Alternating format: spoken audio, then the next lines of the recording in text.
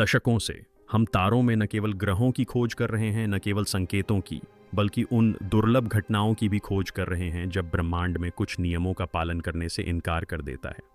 और अब James Webb space telescope ने शायद ठीक वही खोज लिया है।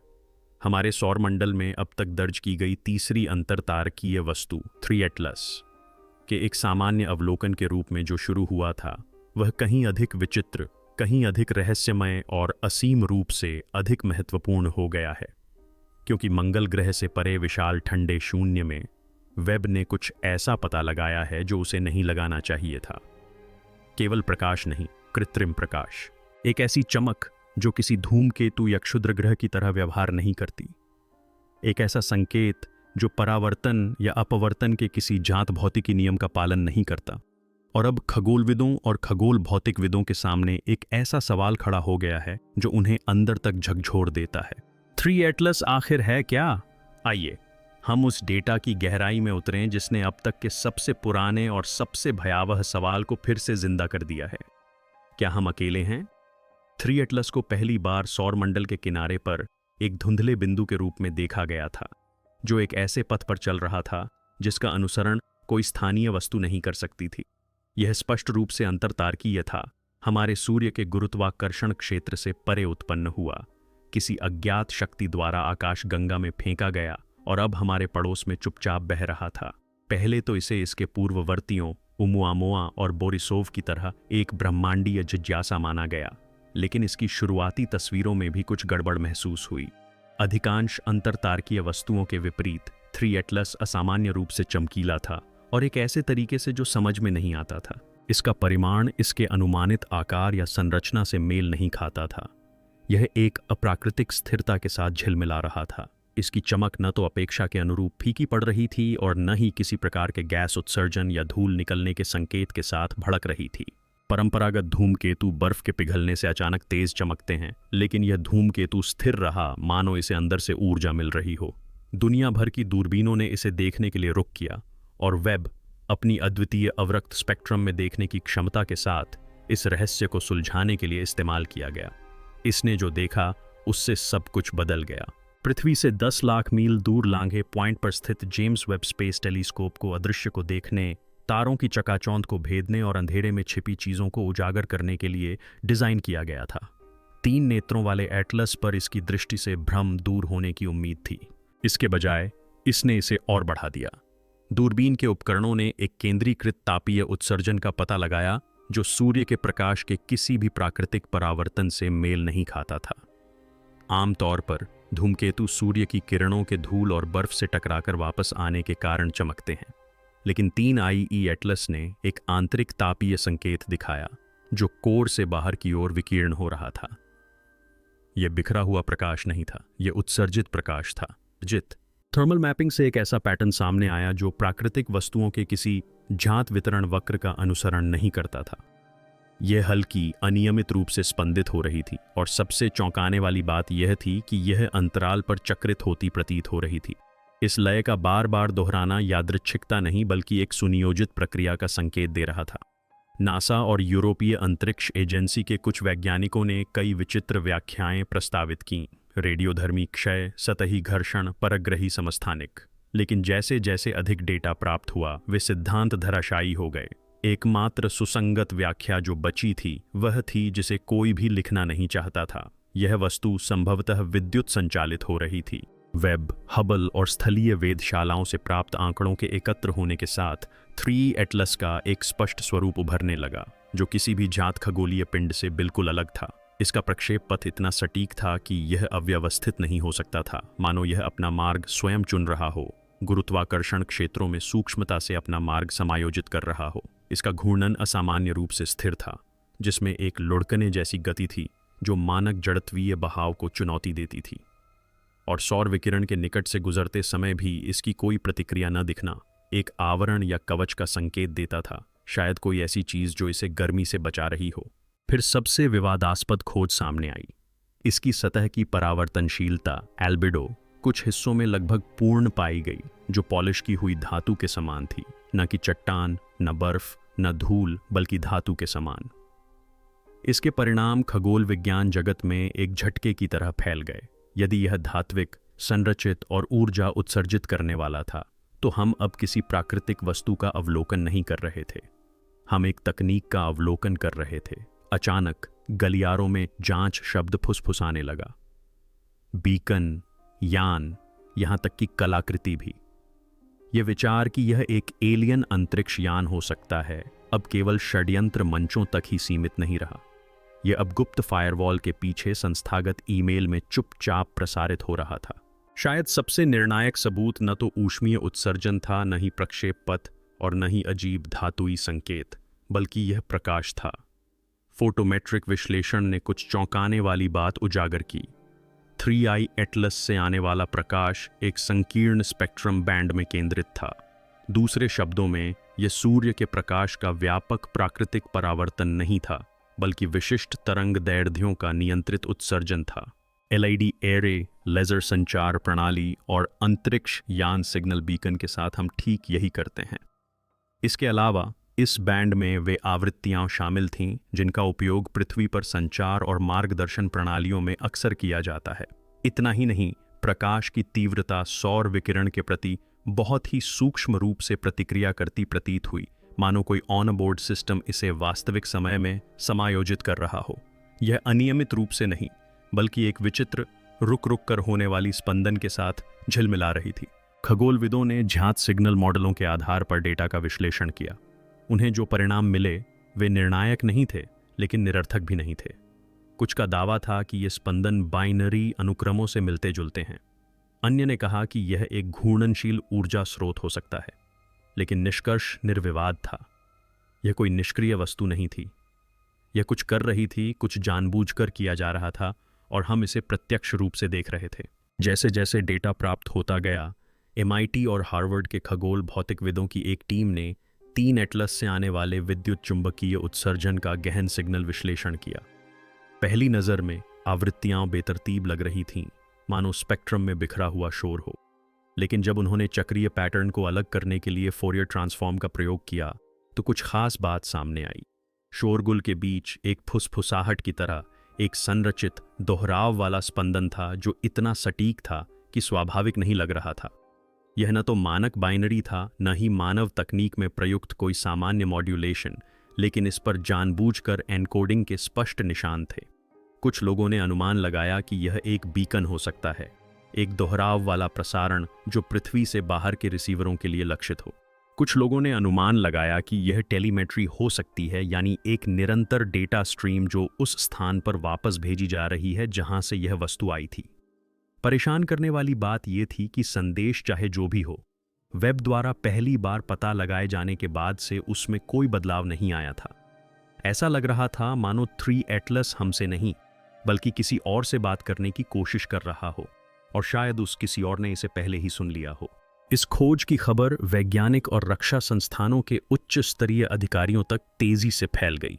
नासा के भीतर प्रसारित एक गोपनीय रिपोर्ट, जो बाद में एक अज्ञात पत्रकार को लीक हो गई, से पता चला कि शीर्ष अधिकारी पहले से ही वैश्विक अंतरिक्ष एजेंसियों के साथ समन्वय कर रहे थे, ताकि यह निर्धारित किया जा सके कि 3 एटलस से कोई खतरा है या नहीं।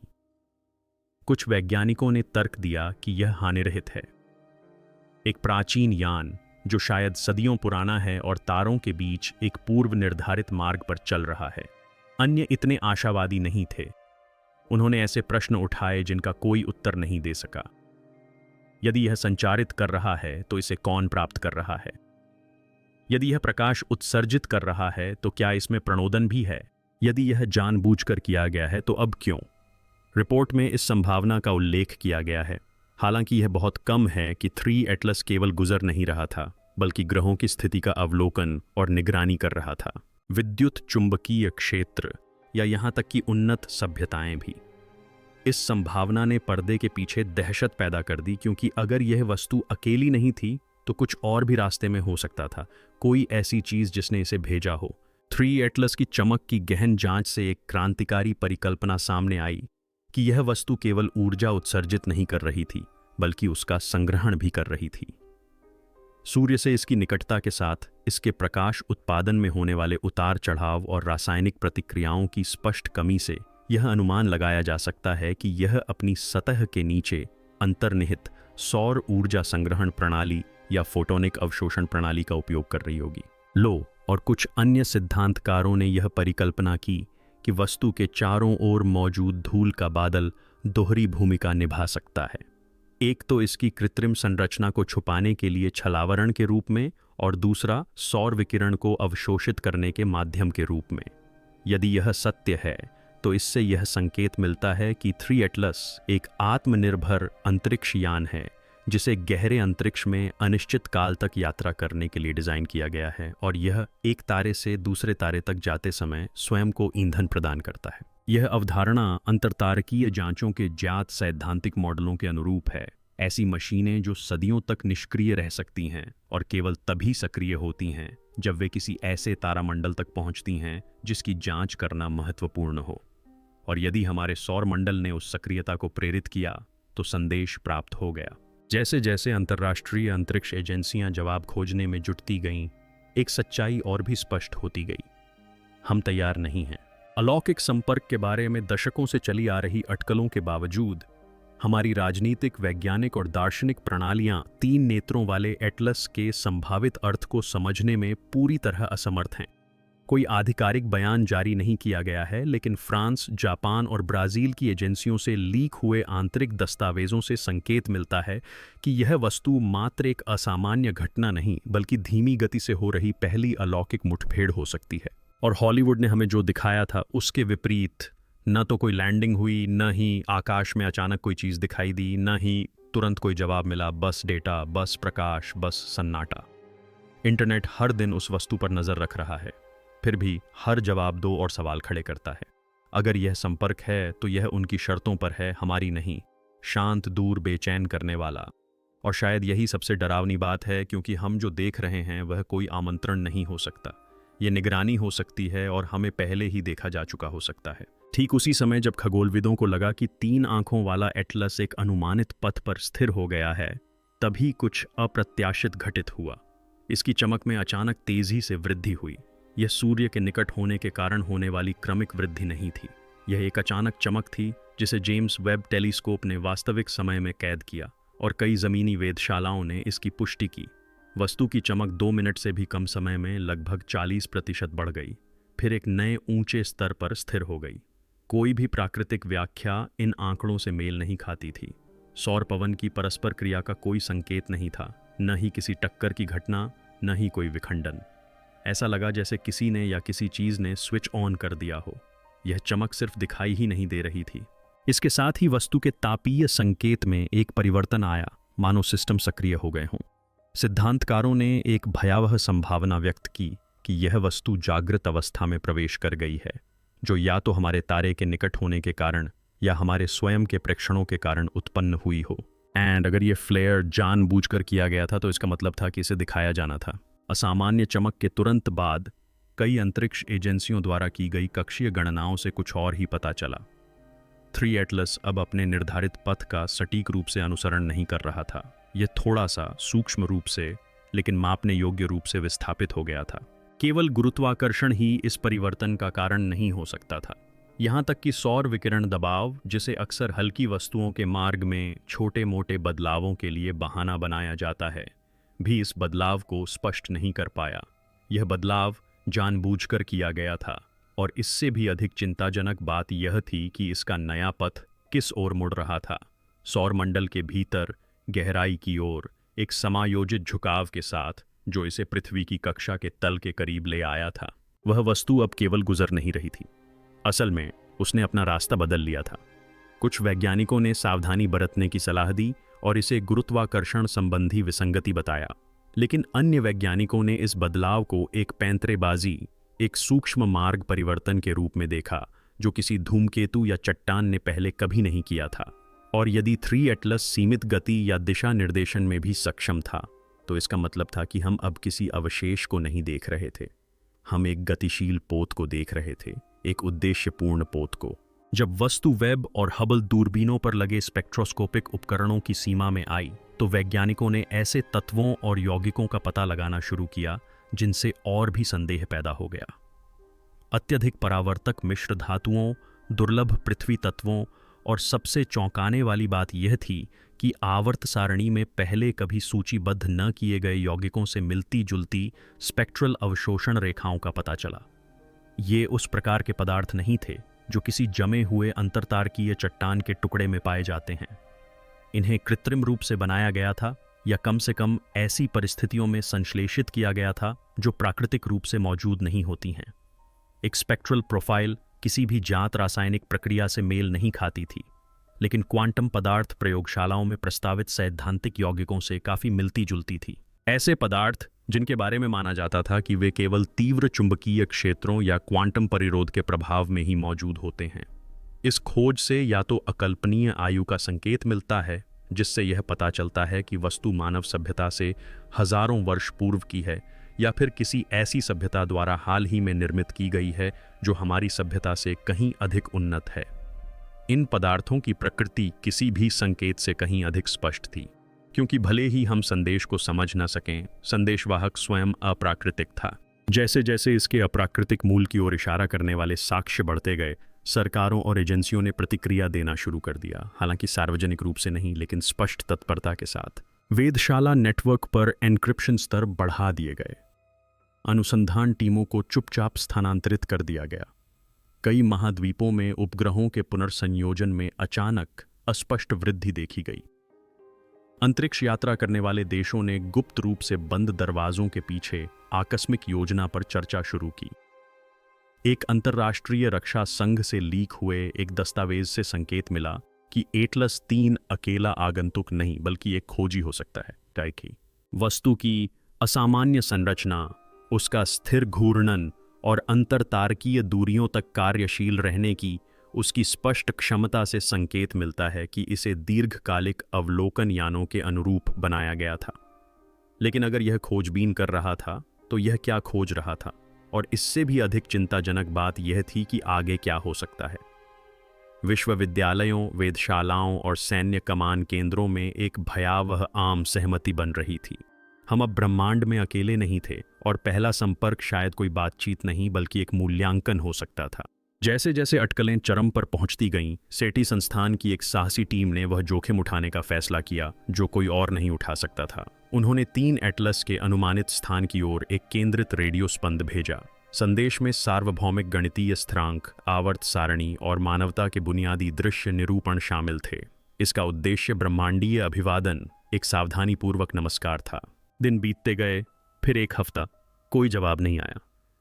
लेकिन जब यह प्रयोग एक और अनसुनी कोशिश बनकर खत्म होने ही वाला था, तभी चिली के एक निगरानी स्टेशन ने कुछ अजीब दर्ज किया। एक संकीर्ण बैंड की वापसी पल्स, आवृत्ति से हटकर, विकृत लेकिन स्पष्ट रूप से मूल संदेश के अनुरूप, समयबद्ध। यह भाषा में कोई जवाब नहीं था, यह कोई प्रतिध्वनि नहीं थी, यह एक पिंग था, एक वापसी संकेत जिसमें इतना विचलन था कि यह निष्क्रिय परावर्तन नहीं था। इसे संसाधित किया गया था, इसे वापस भेजा गया था। लेकिन सेटी टीम को सबसे ज्यादा चौंकाने वाली बात संकेत नहीं थी, बल्कि उसका समय था, क्योंकि प्रतिक्रिया संदेश भेजने के ठीक 72 घंटे बाद आई। इसका मतलब यह था कि किसी ने न केवल हमारा संदेश प्राप्त किया था, बल्कि उसने देरी का अनुमान लगाकर जानबूझकर जवाब दिया था। रिटर्न पिंग का पता चलने के बाद दुनिया भर की वेधशालाओं में तकनीकी गड़बड़ियां आने लगीं। वेब के इंफ्रारेड उपकरणों ने प्रक्षेपण के बाद पहली बार अनियमित थर्मल मैपिंग दिखाई, और हबल के जायरोस्कोपिक सेंसरों ने स्थिर अभिविन्यास के बावजूद सूक्ष्म उतार चढ़ाव दर्ज किए। जमीन पर स्थित दूरबीनों में ऐसी गड़बड़ियां देखी गईं जिन्हें शुरू में सॉफ्टवेयर की गड़बड़ी, तारों के नक्शों का गलत संरेखण, अस्पष्ट पिक्सेल विकृतियां और 3 नेत्र एटलस पर केंद्रित होने पर डेटा प्रवाह का रुक जाना मानकर नजरअंदाज कर दिया गया था। लेकिन ये गड़बड़ियां अचानक नहीं हुईं। ये एक साथ समन्वित तरीके से घटित हुईं, मानो कोई या कुछ नहीं चाहता था कि हम बहुत करीब से देखें। यूरोपीय अंतरिक्ष एजेंसी के भीतर गहराई में स्थित एक गुप्त विचार मंथन समूह से एक सिद्धांत सामने आया। वस्तु केवल संकेत उत्सर्जित नहीं कर रही थी, वह हमें जाम कर रही थी, चुनिंदा रूप से हस्तक्षेप कर रही थी। इसके परिणाम चौंकाने वाले थे। एक निष्क्रिय आगंतुक अपनी पहचान नहीं छिपाता, एक खोजी ऐसा करता है। यदि वस्तु सक्रिय रूप से यह नियंत्रित कर रही थी कि हम क्या देख सकते हैं और कब देख सकते हैं, तो हम उसे नहीं देख रहे थे। हमें ऐसा करने की अनुमति दी जा रही थी, और फिर सन्नाटा छा गया। संकेत घटना और तकनीकी खराबी के कुछ ही दिनों के भीतर वेब से अपडेट में देरी हुई, उन्हें प्रतिबंधित किया गया और अंततः उनका मार्ग बदल दिया गया। सार्वजनिक लॉग अब सुलभ नहीं थे। यूरोपीय अंतरिक्ष एजेंसी ने उपकरण के पुनः अंशांकन के बारे में एक अस्पष्ट बयान जारी किया। नासा ने इस पर टिप्पणी करना बंद कर दिया। यहां तक कि प्रतिष्ठित पत्रिकाएं जो 3i एटलस को बारीकी से कवर कर रही थीं, उन्होंने भी अपनी खबरें वापस लेना शुरू कर दिया या बिना किसी विवरण के तटस्थ सारांश प्रकाशित करने लगीं। खगोल भौतिकी समुदाय दो भागों में बंट गया। कुछ का मानना था कि एजेंसियां सार्वजनिक करने से पहले इस खोज की पुष्टि करने की कोशिश कर रही हैं। वहीं अन्य लोगों का मानना था कि सच्चाई पहले ही पुष्ट हो चुकी है और अब इसे दबाया जा रहा है। बचे हुए कुछ स्वतंत्र वेधशालाओं ने जनता के लिए कच्चे डेटा जारी करना शुरू किया, लेकिन ये डेटा जल्द ही गलत सूचनाओं और अटकलों के सैलाब में डूब गए। जो कभी वैश्विक वैज्ञानिक रहस्य था, वह अब एक रणनीतिक संपत्ति बन गया था। और इतिहास ने हमें दिखाया है कि जब सरकारें किसी खोज को गोपनीय घोषित करती हैं तो क्या होता है। सच खामोशी में मर जाता है। जो कुछ वे देख रहे थे, उसे समझने के अंतिम प्रयास में खगोलविदों और गणितज्ञों के एक समूह ने पैटर्न पहचान और संभाव्यता सिद्धांत का सहारा लिया। वे अब संचार की तलाश नहीं कर रहे थे, वे इरादे के प्रमाण की तलाश कर रहे थे। और तभी उन्हें सबसे भयावह पैटर्न का पता चला। सौरमंडल में वस्तु का पथ, जो देखने में स्वाभाविक लग रहा था, ग्रहों की स्थिति के सापेक्ष प्लॉट करने पर फिबोनाची चाप को प्रतिबिंबित कर रहा था, जो प्रकृति में पाई जाने वाली आनुपातिक सुंदरता का एक प्राचीन सर्पिल है और संयोग से पृथ्वी आधारित कई संचार प्रोटोकॉल में भी मौजूद है। इसके अलावा इसके मार्ग परिवर्तन का समय, प्रकाश की चमक और यहाँ तक कि पिंग प्रतिक्रिया भी अभाज्य संख्याओं के अनुक्रमों से संबंधित थी। इस प्रकार की घटना के स्वाभाविक रूप से घटित होने की संभावना खगोलीय रूप से अत्यंत कम है। इन पैटर्नों को चुना गया था। इसका मतलब था कि यह ऑब्जेक्ट 3 एटलस सिर्फ सौर मंडल में उड़ नहीं रहा था, यह गणितीय सटीकता के साथ नेविगेट कर रहा था, मानो किसी नक्शे या अनुसूची का पालन कर रहा हो। कुछ सिद्धांतकारों ने अब अकल्पनीय बात फुसफुसाकर कही, यह कोई अंतरतारकीय जांच यान नहीं हो सकता, यह एक अंतरतारकीय संदेश हो सकता है जो ध्वनि या प्रतीकों से नहीं बल्कि व्यवहार से बना हो। और हमने अभी अभी पहला शब्द डिकोड किया है। जैसे जैसे भ्रम की धूल छंटने लगती है, एक सच्चाई ऐसी है जिसे नजरअंदाज करना नामुमकिन है। 3 एटलस महज एक चट्टान नहीं थी। इससे निकलने वाली अप्राकृतिक रोशनी से लेकर इसके द्वारा लौटाए गए संकेत तक, दुर्लभ सामग्रियों से लेकर पथ में सुनियोजित परिवर्तन तक, इस रहस्य का हर पहलू एक ही असहज निष्कर्ष की ओर इशारा करता है। हम बहुत लंबे समय से अकेले नहीं रहे हैं और शायद हमें यह जानने का अधिकार ही नहीं था। आकाशगंगाओं के निर्माण को देखने के लिए बनाया गया जेम्स वेब टेलीस्कोप शायद किसी ऐसी चीज की झलक देख पाया हो जो पलटवार करने के लिए बनी हो, कोई प्राचीन, सुनियोजित और निगरानी करने वाली चीज, किसी दूरस्थ तारामंडल की सुरक्षा से नहीं बल्कि हमारे अपने खगोलीय पड़ोस की दहलीज से। और फिर भी सन्नाटा छाया हुआ है। एजेंसियां बोलने से इनकार कर रही हैं, आंकड़े रोके जा रहे हैं। ऐसा लगता है कि दुनिया को इसके लिए तैयार नहीं माना गया है। लेकिन हमें उम्मीद की किरण दिखी, हमने रास्ता खोज निकाला और अब हम वह सवाल पूछते हैं जो सबसे समझदार लोगों को भी डरा देता है। आगे क्या होगा? क्या 3 एटलस महज एक मार्ग था, हमारी छोटी सी दुनिया का लेखा जोखा तैयार कर रहा था ताकि आगे की यात्रा जारी रख सके? या फिर यह कई में से पहला था, एक ऐसा यंत्र जो किसी बड़ी चीज का मार्ग प्रशस्त कर रहा था, कोई ऐसी चीज जो आगे बढ़ने के लिए संकेत की प्रतीक्षा कर रही थी? अंततः शायद इससे कोई फर्क न पड़े कि 3 एटलस एक मशीन थी या कुछ और ही। महत्वपूर्ण बात यह है कि वह आया, उसने देखा और उसने प्रतिक्रिया दी। और अब उस ठंडे अंतहीन अंधेरे में कहीं कोई चीज उस नीले ग्रह की ओर अपना ध्यान केंद्रित कर रही होगी जिसने सबसे पहले संकेत दिया था। उलटी गिनती शायद शुरू हो चुकी है और ब्रह्मांड एक बार फिर हमें याद दिलाता है कि हम केंद्र नहीं हैं, हम प्रेक्षित हैं।